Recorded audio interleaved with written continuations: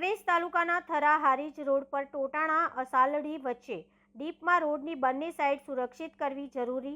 બનાસકાંઠા જિલ્લાની હદમાં આરએનબીનો રોડ જે કાંકરેજ તાલુકાને કાઠિયાવાડથી જોડતો માર્ગ છે, જ્યાં કાંકરેજ તાલુકાના લોકોને પાટણ, હારીજ કે સમી તેમજ કાઠિયાવાડ જવા આવવા માટે મહત્વનો માર્ગ છે, જ્યાં દરરોજ મોટી સંખ્યામાં વાહનોની અવરજવર રહેતી હોય છે, પરંતુ આ માર્ગની બંને સાઈડો સુરક્ષિત કરવી જરૂરી, કેમ કે કાંકરેજ તાલુકાના ટોટાણા પાસે ડીપમાં રોડની બંને સાઈડમાં આ રોડ જમીન કરતાં ઊંચો છે, જેથી આજુબાજુમાં 10 થી 20 ફૂટ જેટલી નીચાણ છે, જેથી ભવિષ્યમાં કોઈ મોટી ખુવારી સર્જાય જેની શક્યતા હોય। બંને સાઈડો સુરક્ષિત કરવા માટે સાઈડોમાં ગટરો નાખવી જરૂરી।